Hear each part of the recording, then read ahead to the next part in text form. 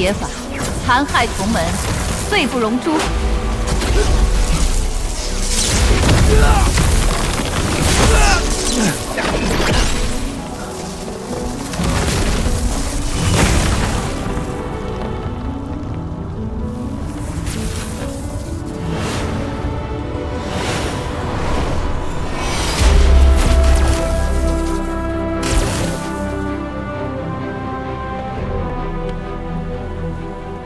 多谢洪福师伯救命之恩。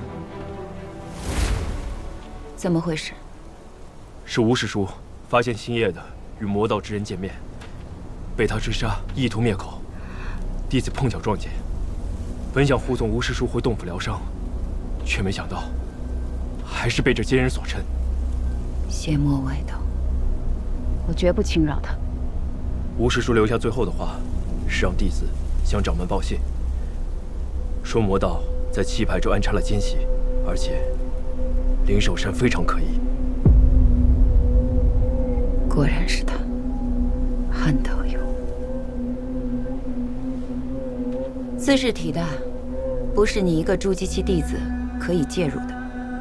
我会派人调查，你安心修行，切不可透露消息。是。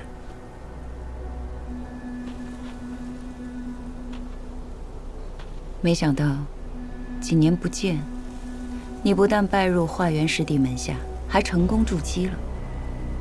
多亏了师父和师伯平时的教导，还挺会说话的。也许从前我有些小看你了，不过别忘了，修行之道如逆水行舟，不进则退。你还需继续努力才是。弟子谨遵教诲。吴冕的事上报门内，把他好好安葬了吧。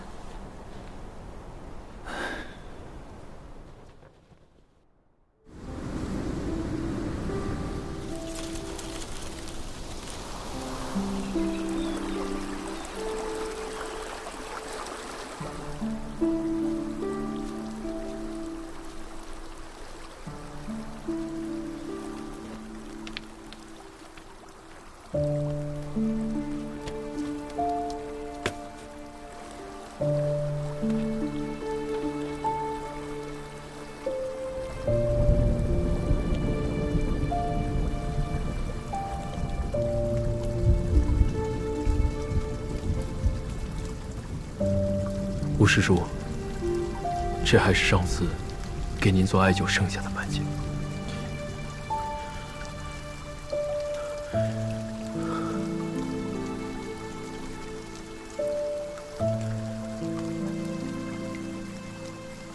吴师叔，虽然你让我改口叫你师兄，但是我还是愿意叫你师叔。要不是你提醒我，让我更换阵法，昨日大战，我根本活不下了。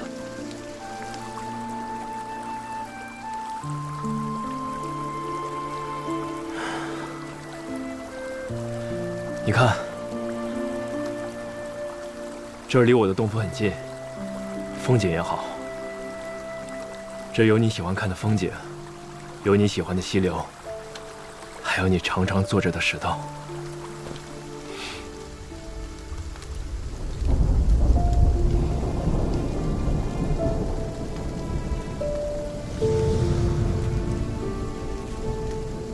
韩立，下这么大雨，在这儿干嘛呢？还不回去？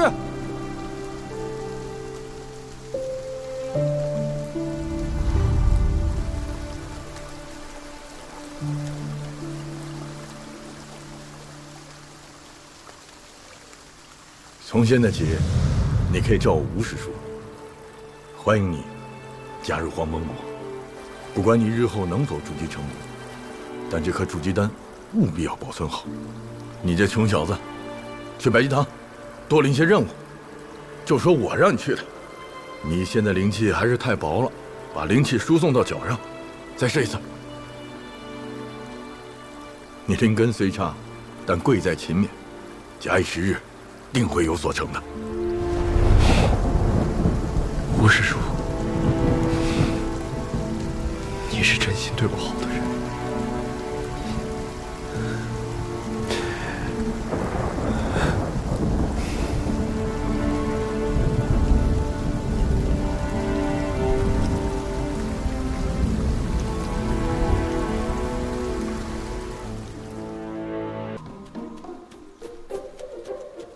来了，师傅，找我。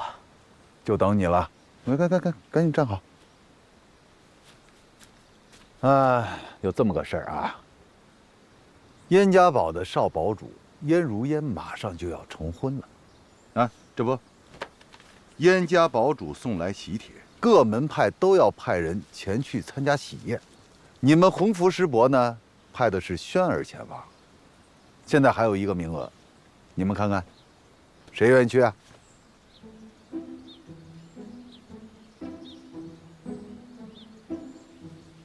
哎，师姐，喝点茶。哎呀，我不喝。嗯，你看，哎，跟为师想的差不多呀！啊，宋蒙好斗，这个魏娘呢又过于天真，这个静儿呢，哎呀，又过于呆板，不善于变通。至于你们俩，师傅啊，你也知道，弟子修为低微，更不善交际。此行任务艰巨，不仅要懂礼数，还要照看好董师姐。这项重任，6师兄最为合适。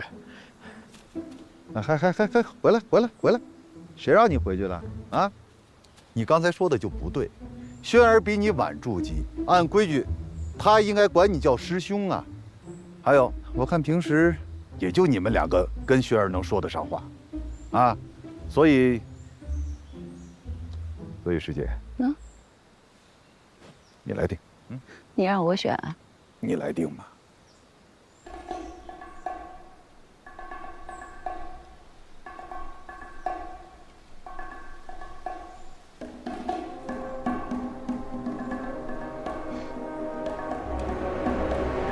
那就韩立吧。这小子啊，长得平平无奇，看着稳重些。师姐，你太有眼光了。这小子平时就是很稳重，有我当年的影子。行了，那就这么定了。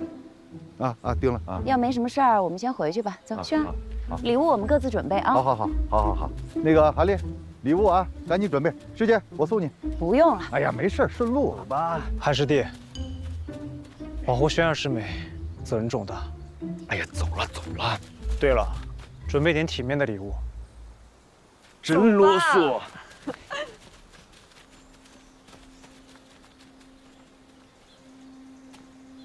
哎，真倒霉，还得要搭上礼物。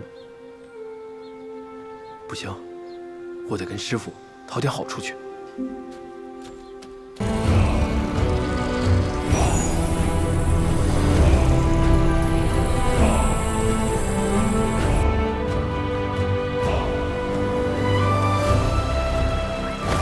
我在百药园开辟了一处秘密药田，用小绿瓶催生药草，继续实验推演不同丹方，炼制了不少有用的丹药。只是最重要的筑基丹所需的那几味药，还没有头绪。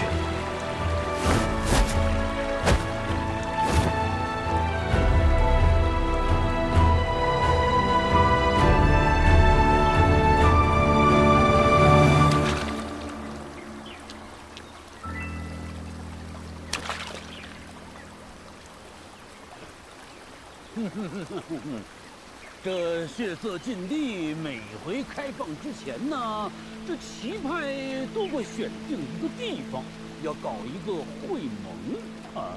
这毕竟关系到各个门派这未来几年的发展啊。所以说呢，每一次血色禁地开放，都血色禁地关系到各个门派未来实力的高低。对了，我还听说一个事儿啊，就是说这个只要进了血色禁地的弟子，都能获得1枚筑基丹，这事儿是真的假的？假的。哎，我就说嘛。但是，这个传闻呢，也不算离谱啊。你知道这血色禁地为什么又叫做奇派的灵草库吗？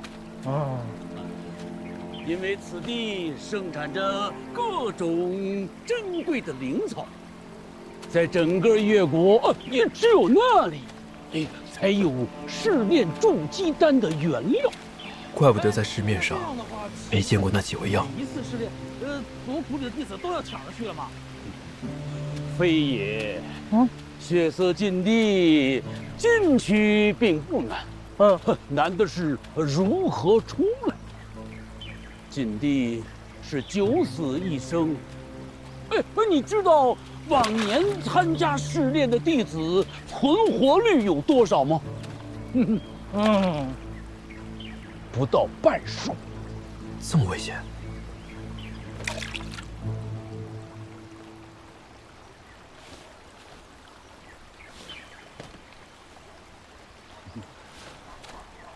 这位小友，你也对血色禁地感兴趣？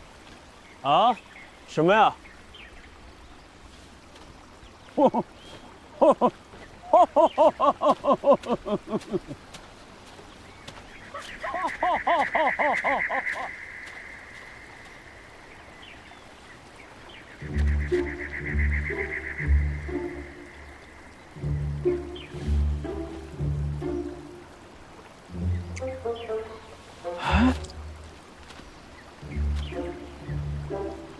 师弟，你吃的那是什么呀？果子。还有没有了？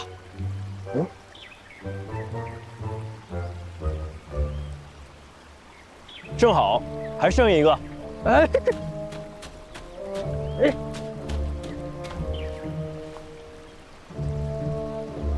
谢谢师弟。谢谢师弟。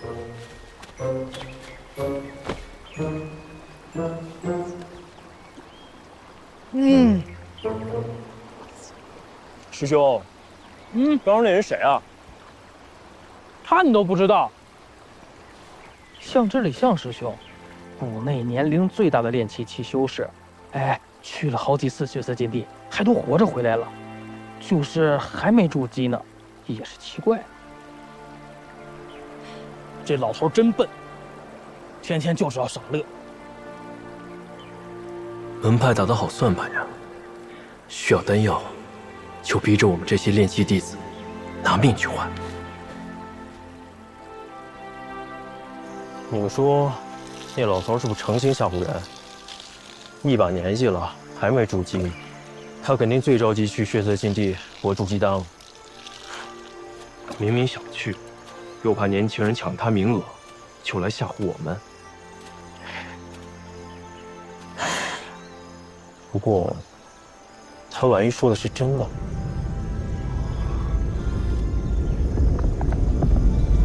非洲。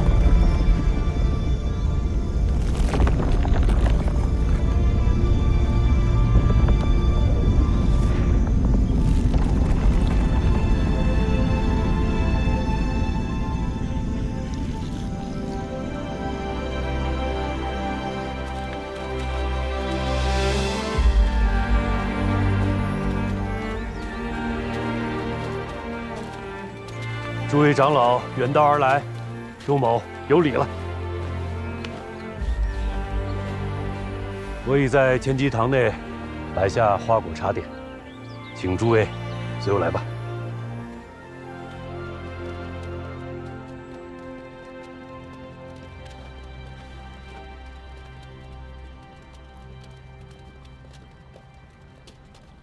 师叔，一切都准备好了。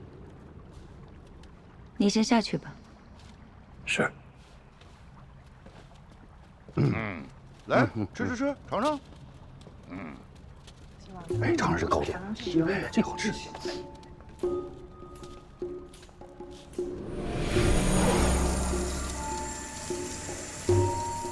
味道不错，比上次好吃啊。别吃了。就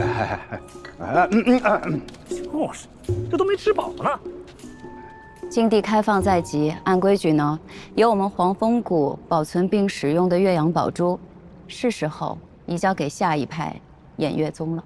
师姐，稍等一下，在移交宝珠之前，我有一件事想跟各位长老商量一下。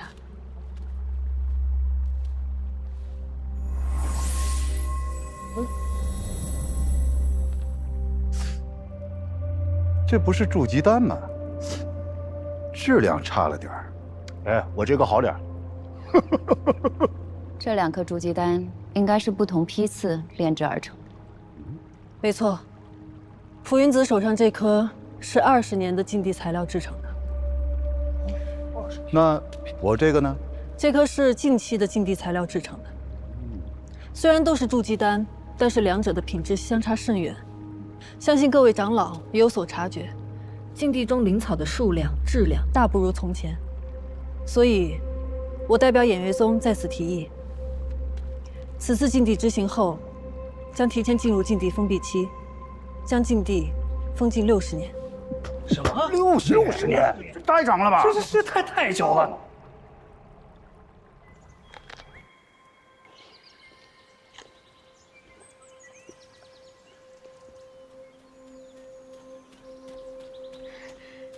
韩大哥，真的是你，汉姑娘。上次太南山谷一别，我还以为再也见不到你了，没想到你进入了黄风谷。还要多谢你送我的那本书。汉姑娘是来参加棋派会盟的吗？嗯。对了，那个前面啊，有专门给炼气系弟子准备的茶点，你可以去尝尝。那些都是快要筑基的高手，光是跟他们坐在一块儿，我就紧张，还是算了吧。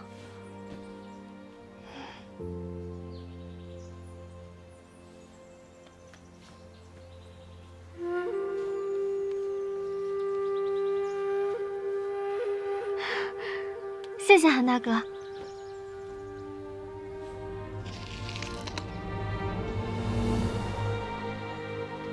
汉姑娘也要去血色禁地。嗯，我大哥旧疾发作，一直昏迷不醒，只有找到血色禁地里的烈阳花，才可以救他。你们那些老祖没法给他治吗？所以，我一定要亲自去找到烈阳花，把我哥治好。唉，死也治了。你对你哥哥真好。我有个小妹，在我离家的时候，她也就这么搞吧。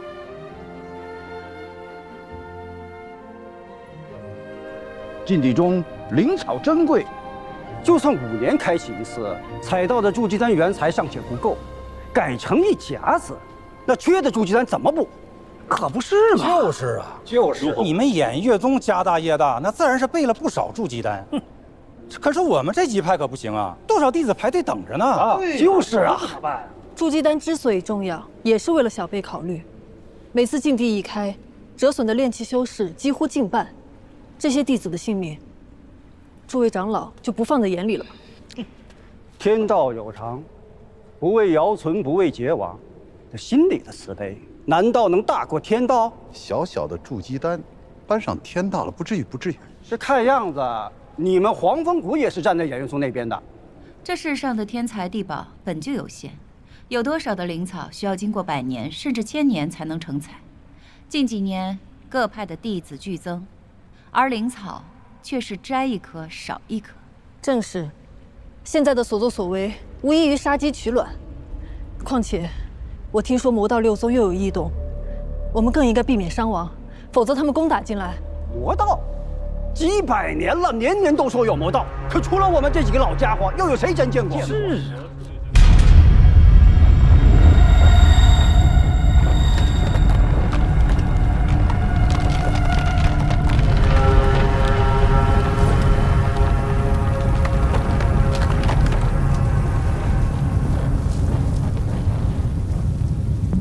少主，少主，咱啥时候出征哎？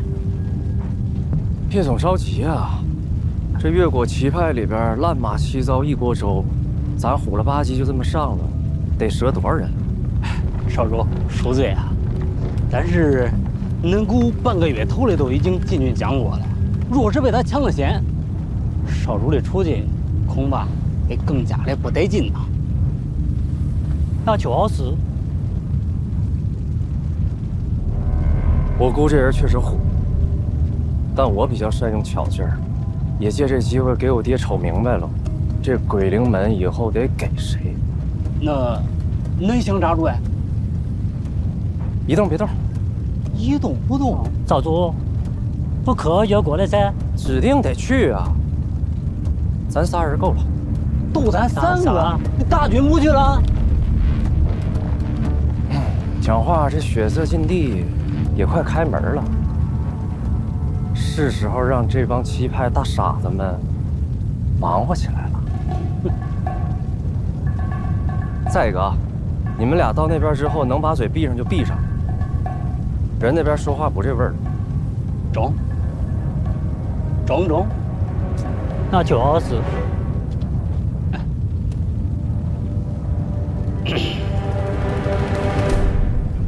你们都是各派的老人了，七派如今势力如何？你们心里不清楚吗？比5年前如何？比60年前又如何？哎，正是因为各门派的势力在下滑，我们才更需要到这个禁地多采一些灵草回来，不然这些练气的弟子如何向上提升锻炼呀？对呀，是啊，总不能害怕牺牲就不去禁地，这不是因噎废食吗？对呀，我们几个反正不同意。怎么一个比一个轴啊？啊？哎，我是都无所谓啊，只是5年一次赌，这次要60年一次赌，我不知道某些人等不等得急。哎，你说谁呢？我就同意啊。请洪福师姐催动岳阳宝珠。师姐，请催动岳阳宝珠。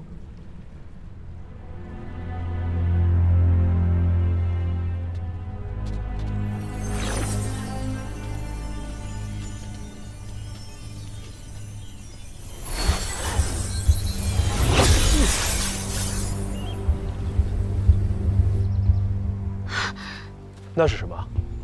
岳阳宝珠。看来长老会那边有情况，我先去看看。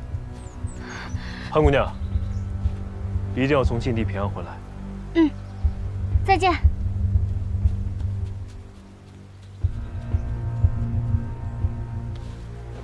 岳阳宝珠是什么呀？诸位长老，有没有发现岳阳宝珠有何不同？这没以前亮了。宝珠没有以前亮了。没错，岳阳宝珠是本门先辈为驱散禁地的迷障所制。宝珠吸收日月灵气，绽放光芒，但你们恐怕不知，每当天有异样，宝珠也会受其影响。日月昭昭，本该是亘古不变，可禁地开启过于频繁，导致灵气日益稀薄，宝珠光彩亦不复从前。这还不能印证我的说法吗？现在明白了吧？啊，来吧，再商议商议。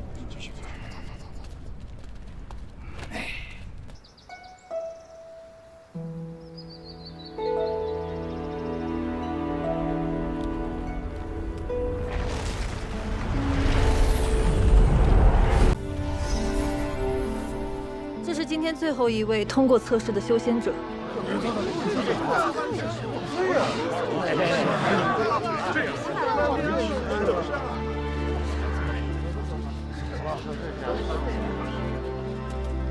哎呀，没想到咱们2个倒承担兄难弟了。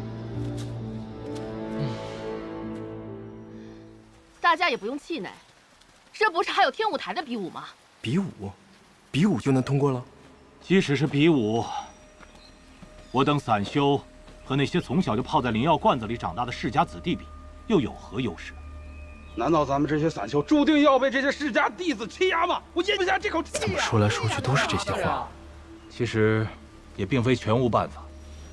贫道有一妙计，只不过需要倚仗各位的帮助。什么妙计呀，道长？我们都等不及了，你赶快说吧。说呀，道长，您就别卖关子了。万兄弟，若我俩在天雾台上遇见，你胜算几何？道长，你真会开玩笑。你的修为在我之上，我自然是打不过的。那如果这根拂尘借给你呢？这可是个中阶法器。那应该有5成。若将这个宝物也借给你呢？那就再多不多2成把握。好，修仙界的较量，除了依靠修为之外，也倚仗各种法器、符箓、丹药。若论实力功法，我们肯定比不过那些心高气傲的家伙。但是我们有一项优势，他们肯定比不过我们，那便是团结。如果咱们青文会有100位散修，每个人都愿意贡献一件宝物的话，那我们岂不握有100件宝物？既然有那么多件宝物，别说是炼气顶层，就算是筑基修士，说不定也有一战之力。是。我愿意将我的中阶拂尘法器借与各位共享。青文，此事既然由我提出，自然要做出表率。贫道说过，之所以要成立青文会，是要建立一个修仙界人人平等的组织，要那些世家子弟知道，咱们散修可不输他们任何一个人。是，对，就是他们，他们算什么？我就说吧，跟着道长准没错。我知道，虽然有那么多宝物在手，在座的各位也没有办法人人都能取得胜利，但只要我们拼尽全力，哪怕不能赢，也要让这些世家子弟知道，咱们散修不是好欺负的。不是好欺负的，不是好欺负的。道长，我虽然资质不够，但我想出一份力。好，那想出一份力的，都跟我过来吧。好，出一份力。这是我的。原来他们打的是这算盘。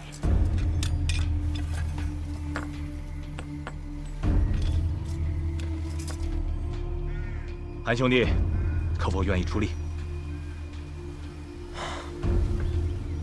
方才听了道长的话，如今对金永七派也没多大渴望了。这天舞台的比试，我就不参加了。哎呀，这位道兄，这次可是咱们散修扬名立万的好机会呀！好机会呀！对呀，要力出力。看来不出点血，今日都无法脱身。有什么宝物拿出来同享啊！这样吧，我偶然得到一粒固本培元的丹药，本想留着自己用。既然这样，就和大家分享了。那就多谢这位道友了。这是一看就是好。好疼啊！来，我去方便。来，你们聊。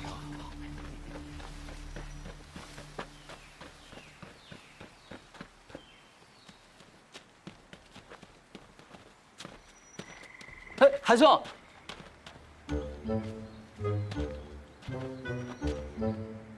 你没事啊？好了。小仁兄，你不会是来劝我参加青文会的吧？当然不是。不过韩兄，你不打算去天舞台比试一下，赢得一枚筑基丹啊？击败最好，也得有命去才行啊。我就知道韩兄你是个有主意的。对了，你不是不准备参加比试吗？怎么还把宝物拿出分享？为咱们散修争点面子嘛。小仁兄，我总觉得那几个散修没那么简单。你这样毫无城府，很容易吃亏。不会的，这天下散修是一家嘛。你想多了，韩兄。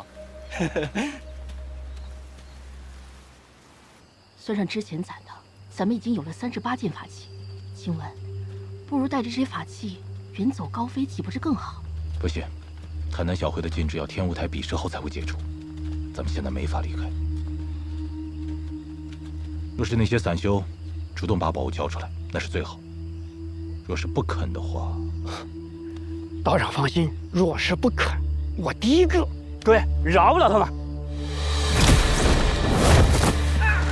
说了那么多次，别老把打打杀杀放在嘴边。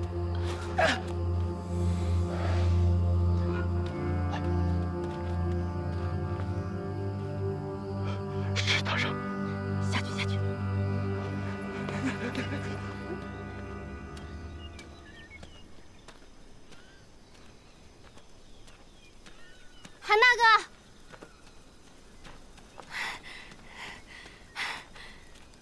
算找到你了。还有什么事吗？我这里还有一些符箓，想跟你再换些丹药，行吗？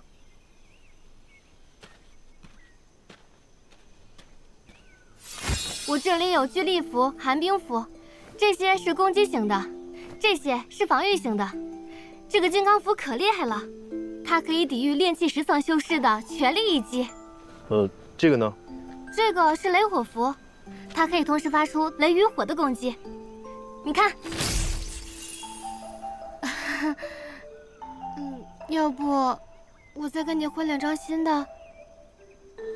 不应该啊，我是按照书上的方法作画的。哎，韩大哥，你看这2张符怎么样？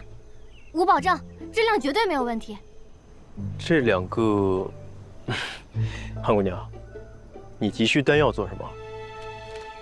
我想给我哥哥治病。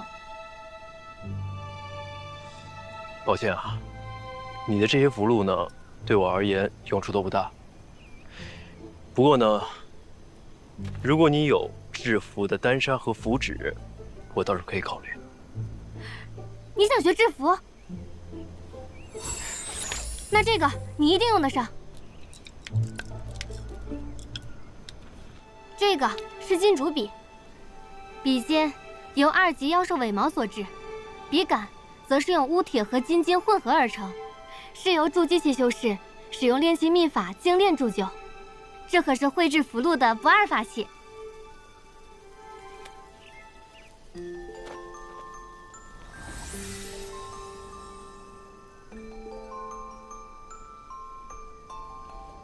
这可是异宝啊！你真的要卖给我？其实，这是我的传家之物，但是你也看到了，我于制符一事上确实没什么天赋，所以这根金竹笔对于我来说也用不太上。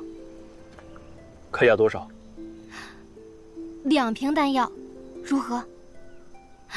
我还可以加上这些符箓、朱砂和这本符箓大全。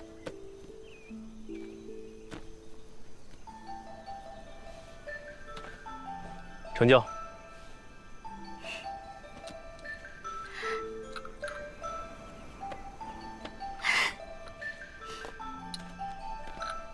韩大哥，我这里还有一本清晰笔录，里面记载了不少修仙界的趣闻秘事，我都看完了。如果你觉得无聊的话，可以拿去解解闷儿。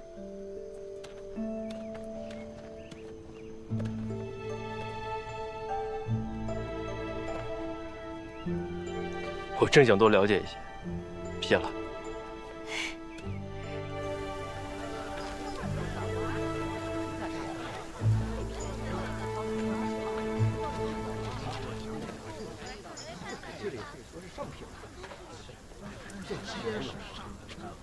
凡持7派升仙令，可免册进入门派，并额外获得筑基丹1枚。升仙令是什么？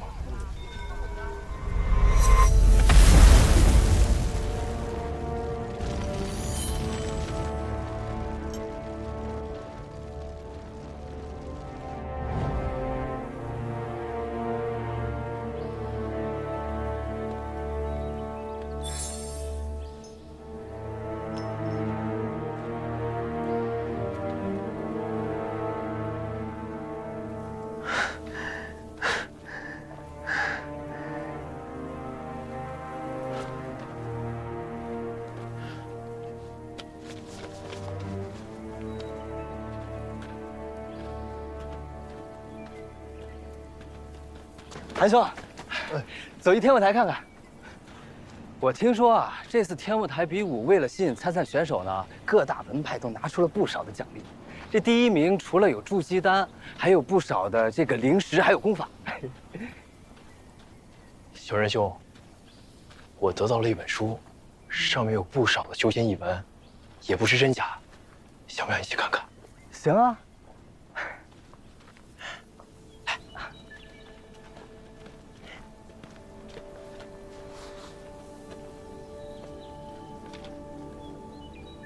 清晰笔录，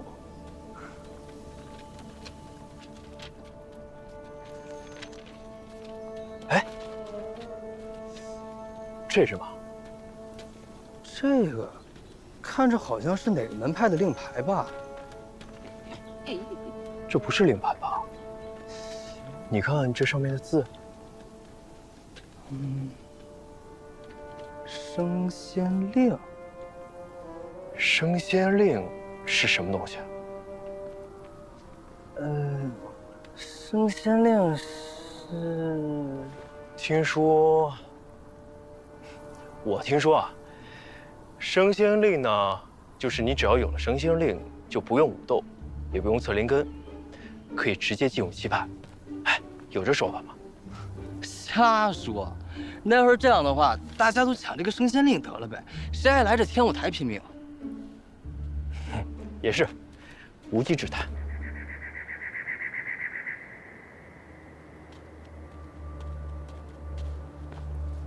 师祖，你猜得对，已经有不少的世家子弟来登记魏牌侍妾了。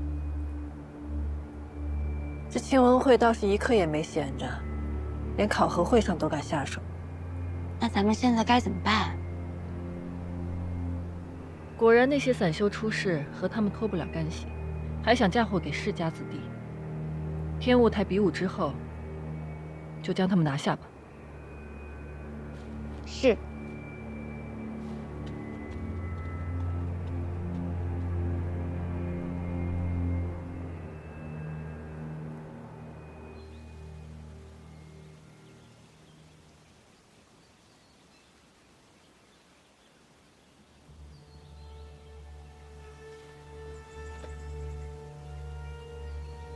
看样子，这块升仙令对应的是黄风谷。黄风谷，听说在七派中也是数一数二的大门派，运气还真是不错。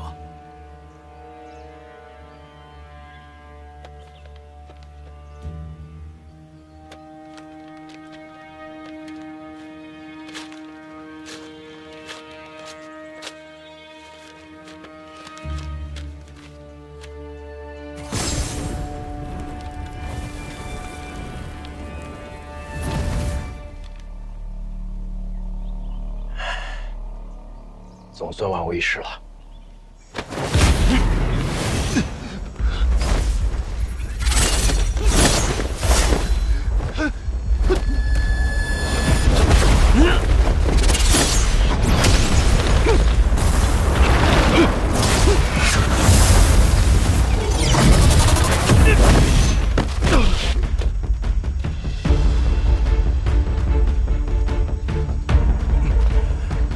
明知道打不过还来送死，你配得上这颗筑基丹吗？老夫等这一天等了几十年了，世家小子，别猖狂！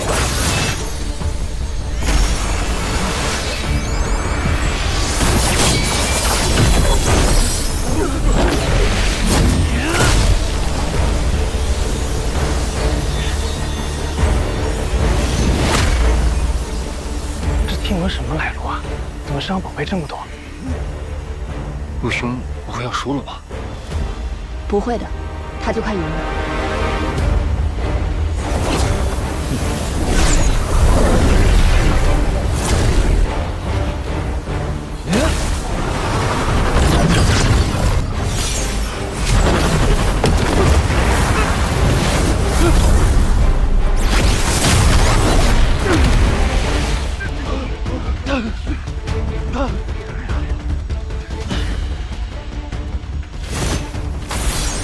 兄弟，承让了。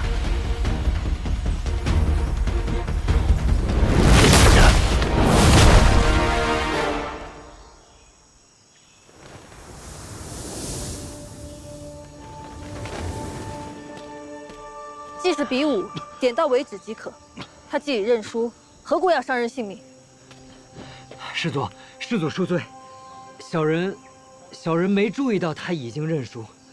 是没有注意，还是看你的对手是无名无势的散修，不在意罢了。多谢师祖为我的散修发声，为我们做主。是啊，为我们做主啊！我知道近来有很多散修下落不明，此事我偃月宗定会追查到底。若有人敢挑拨散修与世家子弟的矛盾，扰乱修仙界秩序，我绝对不会轻饶。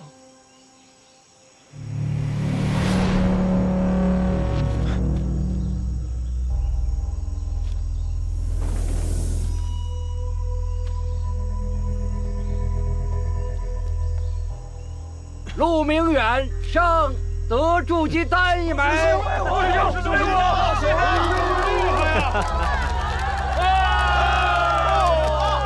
修仙者的实力，不仅看灵根，还有法器、符箓、阵法、丹药，利用一切可用之物，谋定而动，厚积薄发。或许，这才是最适合我的道路。不过，在绝对的实力面前，任何取巧的办法，都将无所遁形。恭喜陆师，恭喜陆师哟！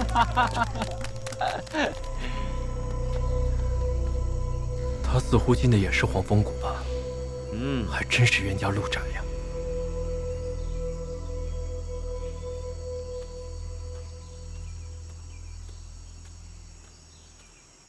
只差一招，就只差一招。晴雯，那家伙毕竟是一灵根的天才，没必要与他硬碰硬。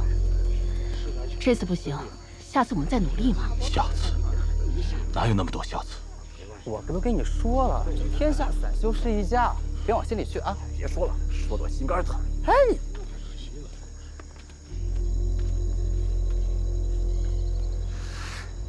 哎，我说大伙儿也别这么悲观。我听说好像得到一样东西，就算不参加天舞台的比武，照样有机会能进入七派呢。什么东西？好像叫升仙令。升仙令啊！哎，青文道长，我正要问你呢，你知道这升仙令吧？升仙令乃越国七派设立，为的是奖励那些立过大功的修仙家族，可以世代相传。据闻持此令者，可以到各个门派免册入门，还可以获得筑基丹。筑基丹，这我们还能得到一个筑基丹，果然是长见识。但这东西已经数百年未曾出现过，你是怎么知道的？哈，不是我，是韩兄他问，是他在一本书上看见的。他主动问你了吗？也不是，也没什么，就是我们两个在这儿闲聊。那韩立呢？怎么没见到他？韩立没见着啊。你们不是总在一起吗？嗨，我跟他压根不熟，他好像已经走了。走了？禁制还未解开，他去哪儿？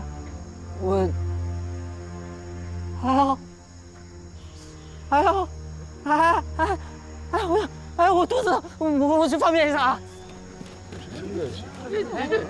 怎么跑了？去哪里了？这肚子疼，真的假的？哎呀！看来这次探南小会没有白来，这些宝贝对以后修仙大有帮助啊。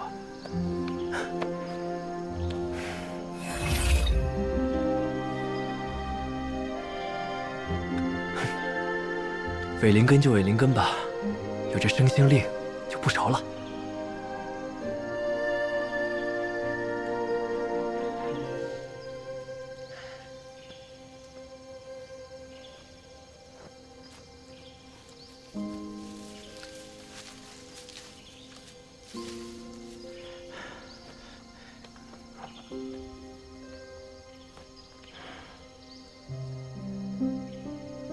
在这度过今晚，明早禁制一开，就离开此地，去找黄风谷。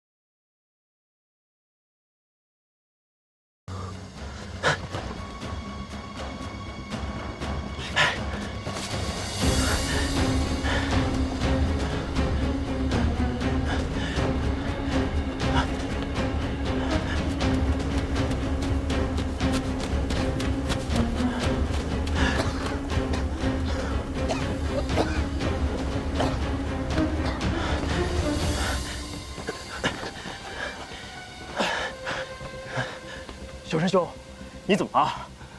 韩兄，快跑！请问他们是坏人？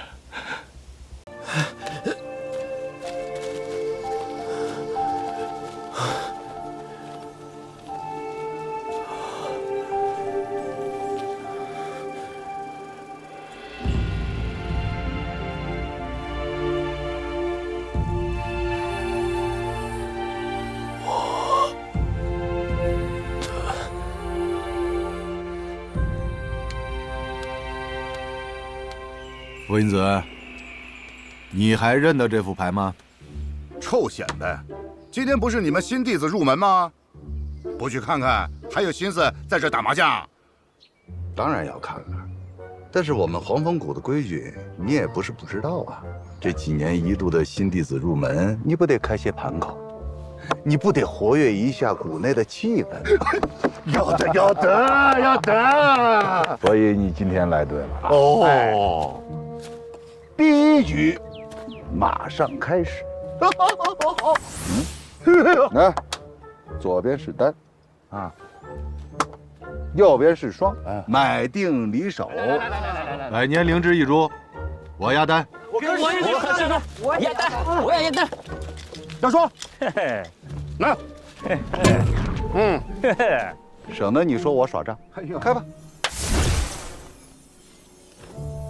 1、2、4、5、6、7、8、16。16是双是吧？哎，16是不是双？是双呀，双！哎，收起来了呀，收起来了。好呀，拿走拿走，拿什么呢？这赌这东西，这是有输有赢嘛？对呀，认赌服输嘛，对不对？很好，华元兄啊，这位小子们，今天到此为止，告辞。师叔，刘使者，师傅，有一件大事禀报。哦，什么事情？谷里来了个持升仙令的小子。啊，升仙令啊！哎呦，这玩意儿400-500年都没见过了。对呀，啊，这可不多见呀。哎呦，真是这。哎，啊，等会儿，咋了？刚才是多少人？16啊！那再加上这个，哎，16加1是多少？18呀。浮云子啊！我见过赖的，我没见过你这么赖的。不是18吗？17呀！给我拿过来！快抢！快！哎呀，这谁了？这个人呐！哎呀，这个升仙令来的太及时了，我记住你了啊！哎呀，还给你！等一下，我的葫芦。人呢？在北沟底呢。啊？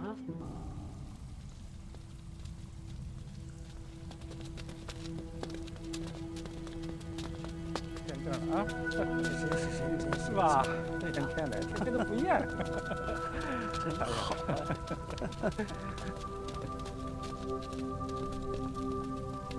师叔，今天带来什么好东西了？雪山冰莲，配上你带来的百年芭蕉叶，寒热调和，滋养灵根。哦，太好了。不是指你带了什么呀？掌门和各位师叔带的都太过珍贵，我这个就有点拿不出手了。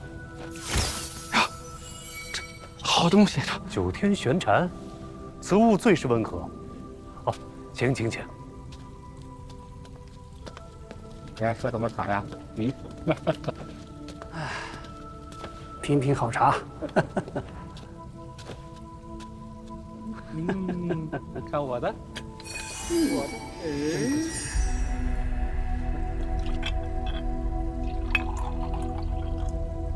准备好茶，请。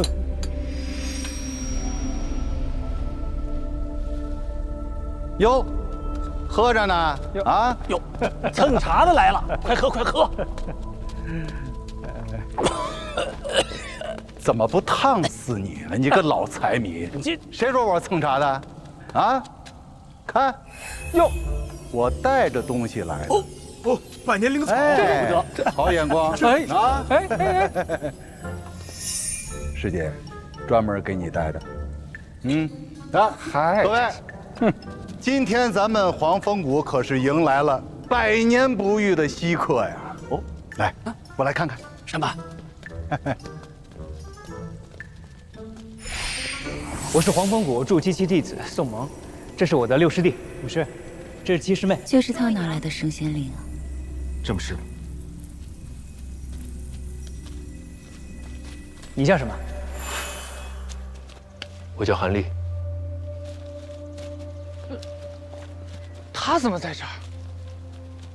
是拿升仙令的，不会是他吧？这家伙，不可能！一个伪连根怎么可能会有升仙令啊？据说凭升仙令进来的，可以直接获得筑基丹。为什么？因为他们祖上曾立过大功。我看这家伙祖上不像立过大功的，一个凡人也想混进来修仙。祖上立过大功？我们修仙家族的珍贵资源都用在后代的身上，就连我不都是靠在天舞台上拼命才有资格拿到筑基丹的吗？这家伙，凭什么？好了，我们既然是来修炼的，就好好修炼，不要妄议他人。知道了，明白了。师妹说的对，我们是来修仙的，不像某人是来当癞蛤蟆的。就是，你不用在意这些新弟子的议论啊。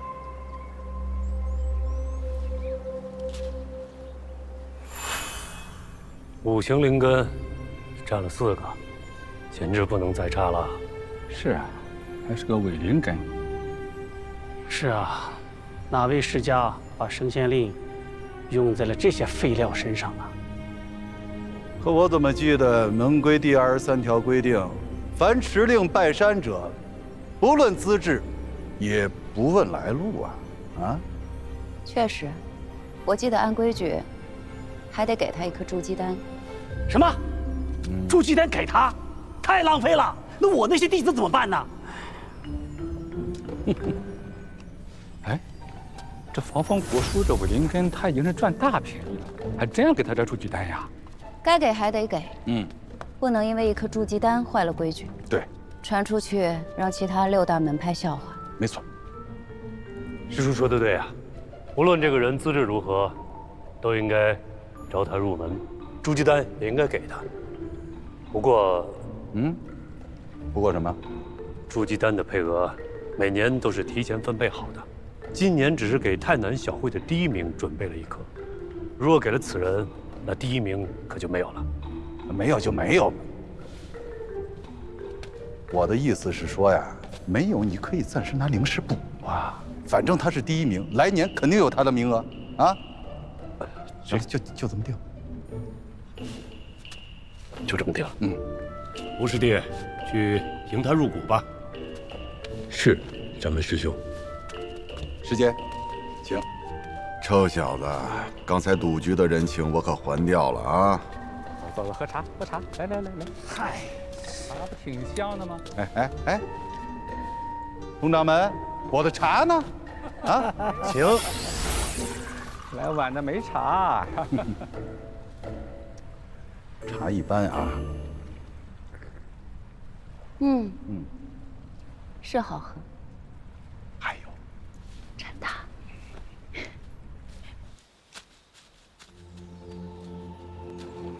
哎，吴师兄，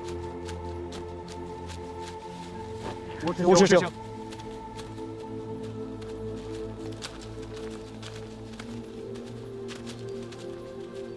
你就是那个拿升仙令？正是，我叫韩立。这升仙令稀有，我都未曾见过，你是如何得到的？祖上传下来的。那你是哪个世家的子弟，或是家里有什么前辈在七派中任职啊？弟子出身凡世，并非世家子弟。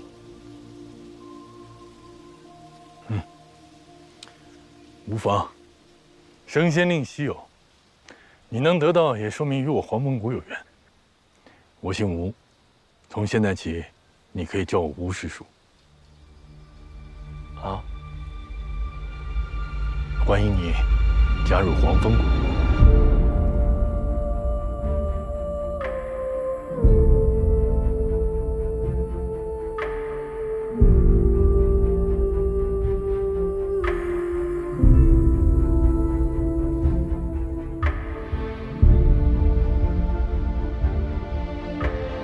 现在真的进入黄风谷，成为弟子了。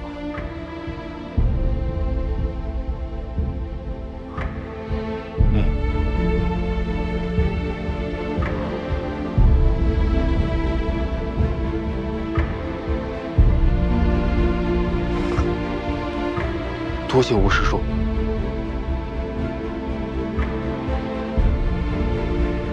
今日就暂且由我给你做个向导，带你了解一下谷中的注意事项。跟我来。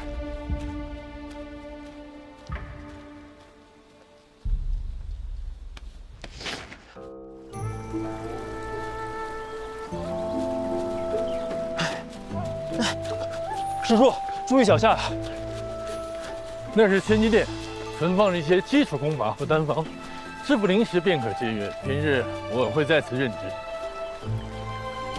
西边那片就是你们炼气弟子的住处，除了有点热，像个蒸炉，倒没有什么其他缺点。如果你有足够的灵石，也可向谷中申请搬去后山更好的住处。让开。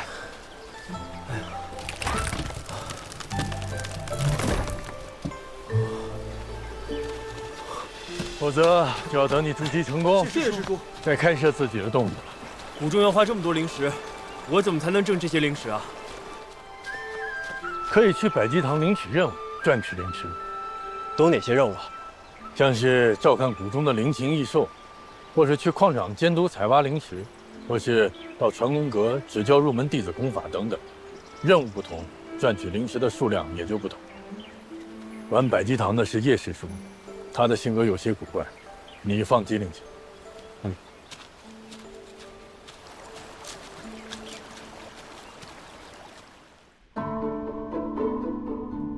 这儿就是炼丹房了，等你攒够足够的灵石，就可以来了。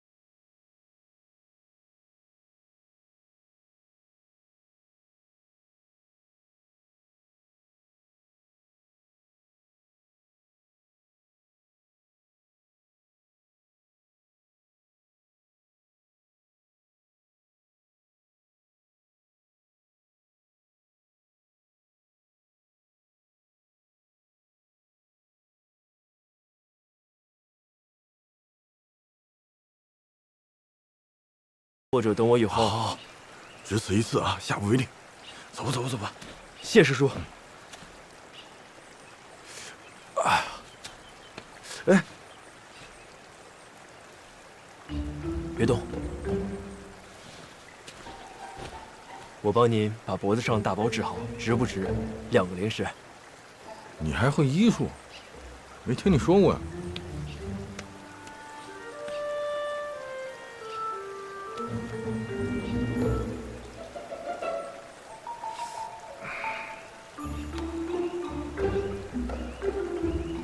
师叔最近是不是服了不少火属大补之物啊？没有啊。没有。啊，我最近可能在地火宫待的时间比较久。你小子行啊，深藏不露。你这个呀，是火毒入体才会肿这么大，非得切开不可。等我去采些毒草，制成麻沸散，师叔服下，开刀就不疼了。哎，传令。好。哎，来，要切直接切，弄什么麻不麻的？我这大包实在太难受了。来，这不麻可疼了，还能比我每天寝食难安难受啊？直接来。来，点啊！哎，也是不靠谱。哎，这小子也靠不住。哎呦，哎呦，哎呦，太难受了。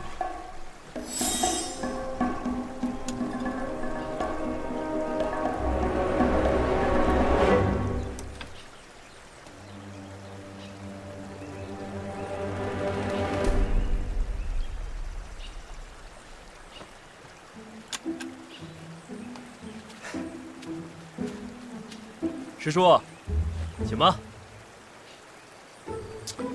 行不行啊？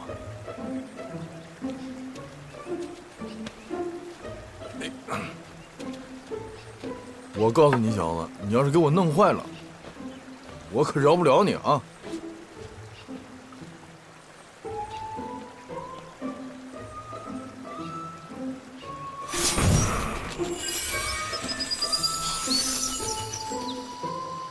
原来是真的。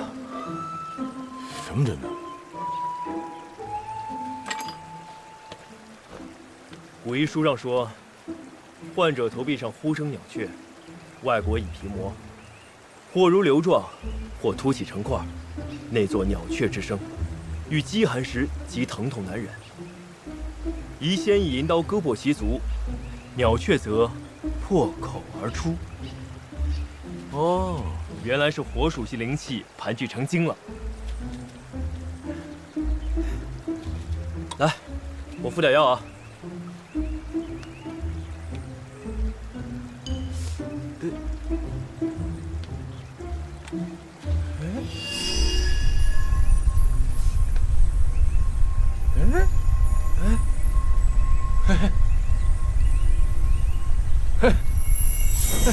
好。啊，哎，怎么样？嘿，还真是好了。哎呦，哎，嘿，没想到你小子还有这手，看来你对这些医药花草还颇有灵性嘛。啊，来，手到病除的奖励，收着。师叔，不用，给你就拿着。啊，刚说了，帮您把脖子上的大包治好，吃2个零食。然后呢，我选了10本书，还差2个零食，所以呢，一码归一码，两清了。你小子啊，这账算得还挺清楚。说到零食，这谷中花费颇多。你这穷小子，去白衣堂多领些任务，赚取零食。我现在有资格去领任务吗？就说我让你去的。谢师叔。这个叶师叔，明明他的眼神都在木雕上，我却有种被窥视的感觉。莫非，人真的是能一心二用？进来吧。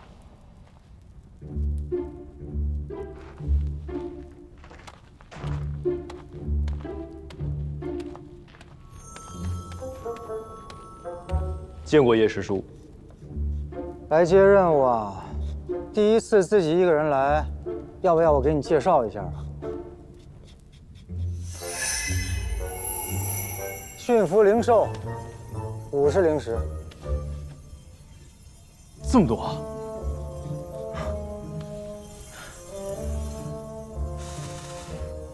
不过驯服灵兽会有危险吧？富贵险中求啊！你要是不敢呢，还有这个，移走一座山，100灵石。有没有简单一点的？那么多灵石我也用不了。如果这2个你都看不上，那你就只能下个月再来喽。叶师叔，百药园这个任务还有吗？我能不能选这个？你可知道百药园是什么地方？啊，我之前飞行的时候往下面看过一次，如果只是管采药的任务，那我还是可以胜任的。别怪我没提醒你啊！百药园的灵草可比黄风谷的弟子要金贵，万一要是养死了1、2颗，要赔的灵石可不是几百几千能打住的。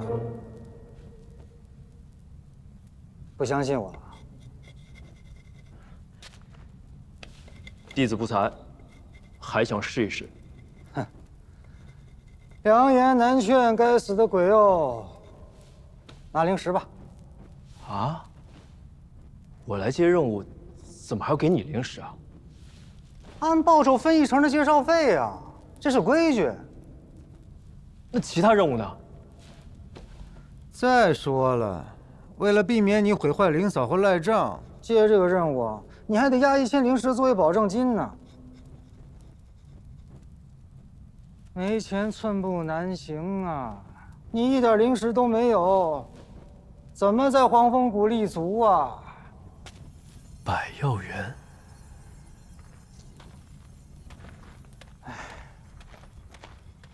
其实也不是没有办法。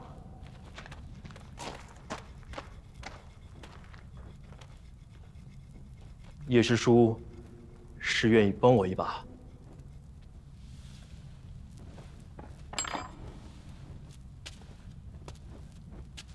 简单。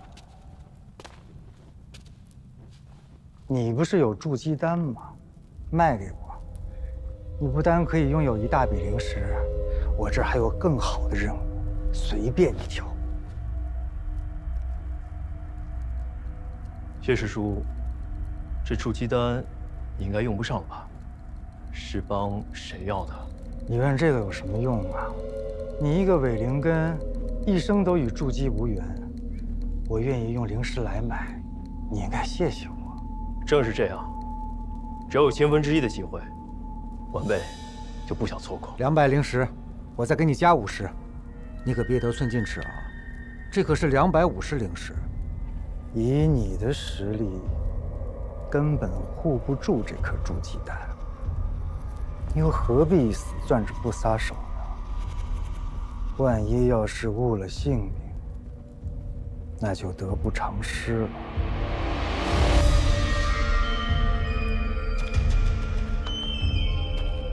师叔，这是在威胁我。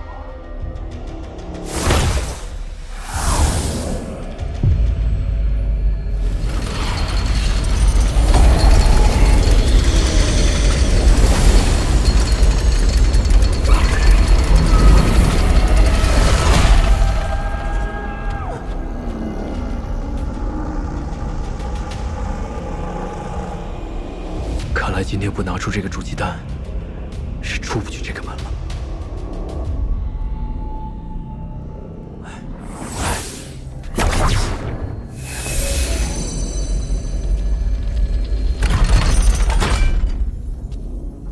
你确定要这个百药园的任务吗？是，我要。